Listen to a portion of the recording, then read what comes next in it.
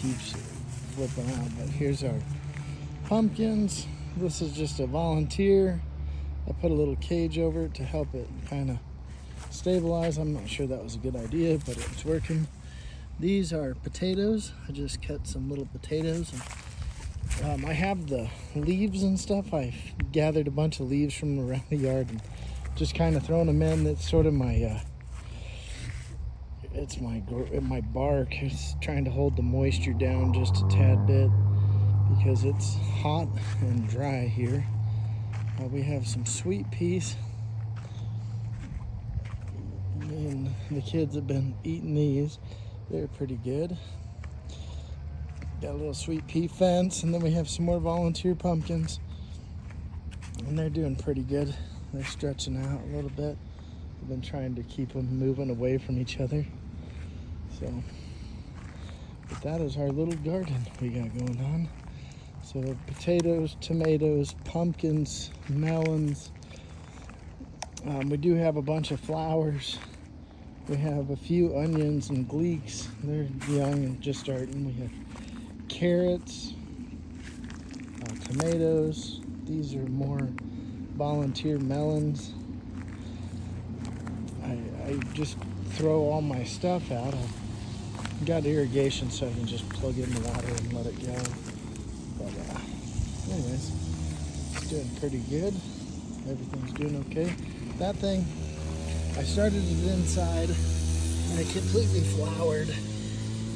And then when I brought it out, I don't smoke or do anything with it. So I just thought, what the hell, I'll let it go. I think I'm gonna try and shock it and see if I can get some feminized seeds off it. And I used to do that as a hobby. Here's our compost pile. This thing is doing pretty darn good in the mornings. It's steaming and really doing well. But if you have any comments about compost or questions, give me. I've been doing it a little while and had some good luck. I try not to throw anything meat or milk in there. I do have skunks and raccoons, and they seem to dig through this on a nightly basis. So a lot of the food that I put out here gets consumed by them. But I've got a big yard with a lot of trees and a lot of stuff, so I've got plenty of stuff to keep putting in here and slowly keep cleaning things so that it gets in here. The roots up top are called a tree of heaven, and I had to dig them out so that they'd go away. And we have elm tree, Chinese elm, and that's another nuisance of a tree. And I try and pull them out and cut them down as fast as I can find them. But anyways, here it is. I'm gonna turn it over and then water it, but just threw I got a bunch of fruit that's going bad and some corn on the cob that we cooked, and it didn't get consumed, so it came out here. And I throw a bunch of leaves and other stuff, but I'm gonna kind of flip it over onto the top real quick. I just thought I'd give you a video of it so you could see how it's done.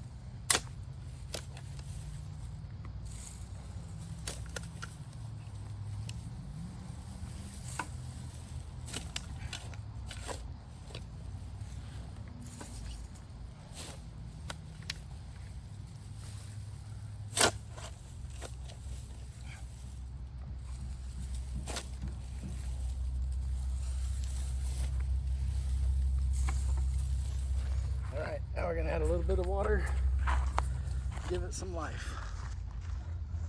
Man, it smells earthy, let's put it that way.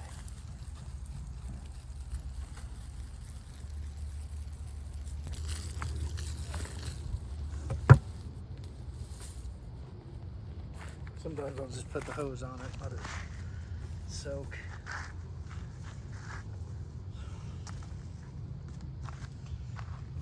come out here tomorrow, it'll be half this size. Just from getting watered, but it's mostly, for the most part, I mean, there's a little bit of rocks and a little bit of pine cones, a little bit of dirt, but mostly it's green. I mean, not green, but dead leaves. I rake up the leaves and rake up the dead weeds and put them in here. I know you're not supposed to, but I throw my noxious weeds like goat heads and stuff in here, and I let them sprout, and then I turn them over a few times. I have been taking the bottom, which is really dirt and nastiness, and it smells really great, but that's what I've been, you can see it's around my sunflowers, which are about to really blow up. I've been putting it around the base of the pumpkins, the base of the squash, and the pot, and all of my melons. I've kind of just based everything out of it with it. My tomatoes, I thought I killed my tomatoes the first night I put them out. It got a little cold. It got down to 34 degrees, and they were not excited about it. I thought they were all dead, but this one's made a comeback. I put 2 cages around it to try and keep it contained, but it's doing really well. Anyways, that's our garden. That's how it looks. This is what it is. These are all flowers. This is going to be a little flower bed. I got volunteer pumpkins. See, I still have tons of leaves to rake. I come out here, and this is my favorite weed on earth right here, is this thing. This is, if you live in New Mexico, you know what a goat head is. Probably a lot of places around the country have them, but this is our favorite weed. So I pick it.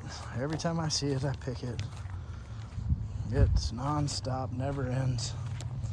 It's a nuisance, but it comes over here to my compost. Throw it on top, water it down, see if it'll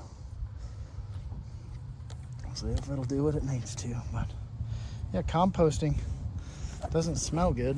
That's why I did it in the back corner of my yard, but it sure makes some good looking dirt. And when I do this watering and stuff, I'll put a bucket down at the bottom and gather the water that drips off, and that really seems to be good for my plants. They like that a lot.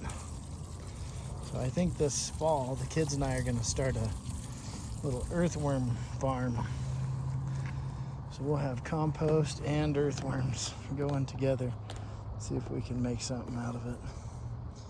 My family's been in the nursery business it's 3rd generation. My cousin's running the place, but I've been a grower and a doer, a gardener, the rest of it for the last 30 years. So getting used to it.